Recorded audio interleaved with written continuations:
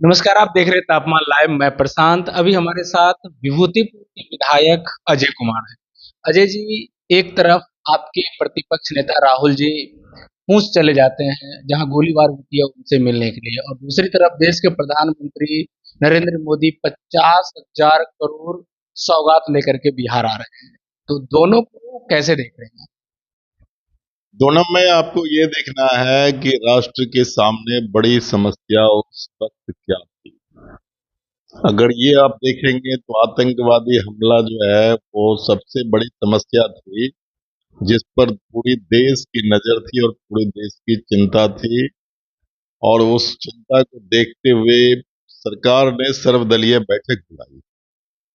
तो जब इतनी बड़ी सवाल और इतना बड़ा समस्या था कि पूरे देश को एकजुट करके इसका मुकाबला करना था, तो उस सर्वदलीय बैठक को छोड़ करके बिहार आना, मुझे ये बात समझ में नहीं आती है। मैं समझता हूं कि अगर सर्वदलीय बैठक को बुलाए तो उसमें उनको रहना चाहिए था, क्योंकि उनसे अपेक्षा होती है। किसी भी राज्य के मुख्यमंत्री जब सर्वदलीय बैठक होती है तो उसमें वो रहते हैं, राज्य देश के प्रधानमंत्री, उनसे अपेक्षाएं सभी दल के लोगों को रहता है। और सब दल तो एक साथ खड़ा होकर के एक स्वर में कहा कि हम सरकार के उन तमाम फैसलों के साथ होंगे जो आतंकवाद के खिलाफ होगा। तो सौगात लेकर के जितना आए थे और जितना आएंगे, जब वो मधुबनी आए थे तब की बात मैं कर रहा हूँ, तो सौगात लेकर के आ रहे थे, आज क्यों आ रहे हैं, इतना दिन क्यों लग गया? हुजूर आते आते बहुत देर कर दी। जब बिहार का चुनाव सामने आया तब उनको सौगात दिखाई पड़ रहा है। जब 17 महीने की सरकार थी, राजद और एनडीए महागठबंधन का, जिसमें मुख्यमंत्री तो यही थे, तो बिहार का जो अपना हिस्सा था उसको बंद कर दिए थे। तो वोट की सियासत के लिए वो आ रहे हैं, और बिहार की जनता समझती है कि सिर्फ और सिर्फ बिहार के अंदर जो है वोट का ध्रुवीकरण के लिए आ रहे हैं। ये संभव नहीं होगा। लेकिन अजय जी, आप वोट के ध्रुवीकरण की बात करते हैं, लेकिन एक स्टेप अगर बैक आइए तो 2024 में मोदी जी आकर के आपके मिथिलांचल को एक एम्स भी दे करके चले गए। तो उस चीजों को तो आपको नहीं भूलना चाहिए। तब आपको कुछ पता नहीं है, आपको पता रखना चाहिए, और बिहार की जनता को बताना चाहते हैं, एम्स कोई वो रहम पर नहीं दिए हैं। देश के अंदर सिर्फ एक एम्स जो है दरभंगा में बिहार के लिए नहीं खोलने की बात किया, अन्य राज्यों में भी कई कई राज्य में 2-3 एम्स खोलने की बात किया।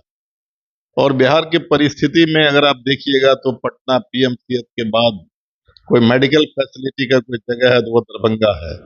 और वो पूरा मिथिलांचल का वो एक तरीके से हेड क्वार्टर है, वहीं खुल सकता था। लेकिन जब खोलने की घोषणा उन्होंने किया तो उनके ही दल के द्वारा उसका प्रतिरोध हुआ था, और न सिर्फ प्रतिरोध हुआ था बल्कि वहां जुलूस प्रदर्शन, आमरण अनशन तक वहां के जो सांसद हैं उन्होंने किया। लेकिन जब बिहार की फिर चुनाव की बात हो गई तब फिर वो आकर के शिलान्यास भी करने के लिए चले आए। ये सारा चीज जो है ना, वो सियासत की चाल है।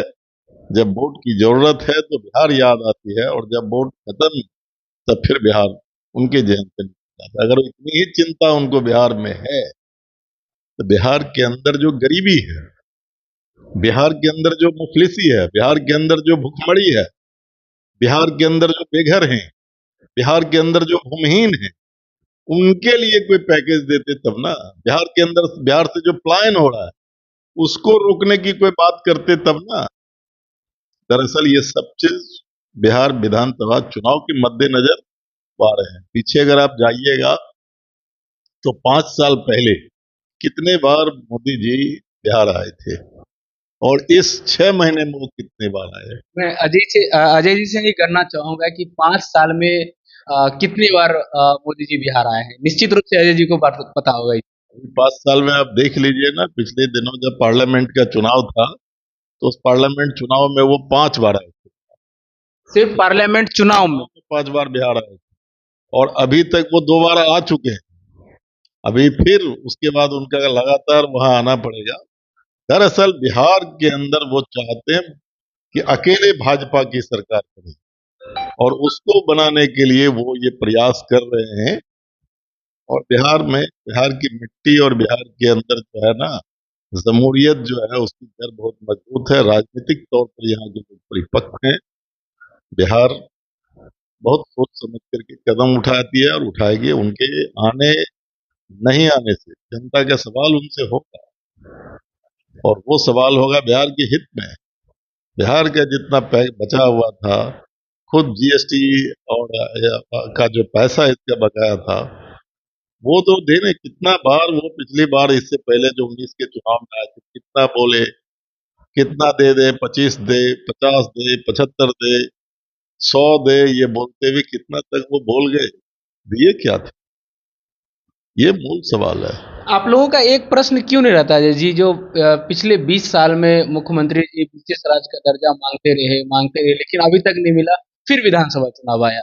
ये वो मेरा सवाल नहीं, वो बिहार का सवाल है। मांगते नहीं है सो बात क्या है, वो तो पूछिए आप नीतीश जी से ना, जो पूरा अभियान चलाए थे, हस्ताक्षर अभियान बिहार को विशेष राज्य के दर्जा के लिए। उनसे पूछिए ना कि विशेष राज्य के दर्जा जो है वो आप हक कहे थे। आज संजय जी जो है, संजय झा जी, वो ललन जी, वो पार्लियामेंट में उनका भाषण सुनिए, बिहार को यार भीख नहीं है, ये हमारा हक है विशेष राज्य के दर्जा का। आज वो क्या हो गया, विशेष राज्य का दर्जा की बात तो छोड़िए, एक यूनिवर्सिटी, पटना यूनिवर्सिटी को सेंट्रल यूनिवर्सिटी बनाने की मांग मुख्यमंत्री जी स्वयं किए थे, जब बिहार में जो है आपको विधानसभा में आए थे। हाँ? विधानसभा में स्वामी जयंती जो है उसका मनाया जा रहा था तब, तो उन्होंने सीधे इनकार कर दिया, सीधा खारिज कर दिया। तो ये भी तो सिर्फ कुर्सी के लिए उनके पास में सटे हुए हैं। आज इनको कह दे कि आपको मुख्यमंत्री नहीं बनाएंगे, हम लिख करके देते, कल वो वहां से भाग जाएंगे। ये सब जो है कुर्सी की लड़ाई में लगे हुए हैं, और सब चीज बिहार के चुनाव को और बिहार में सत्ता पर कैसे बने रहेंगे और अपना सत्ता कैसे बनाएंगे, उसके लिए इनका चल रहा। बिहार की जनता से कुछ लेना देना। तो सिर्फ और सिर्फ सत्ता के लिए बैठे हुए हैं, सत्ता का संचालन कर रहे हैं, लेकिन बिहार की जनता का विकास कैसे हो, बिहार का विकास कैसे हो, इसका सरकार को इससे कोई लेना देना नहीं था। ये तमाम जानकारियां विभूति विधायक अजय कुमार दी। आप क्या सोचते हैं, निश्चित रूप से बताने का प्रयास करेंगे। धन्यवाद।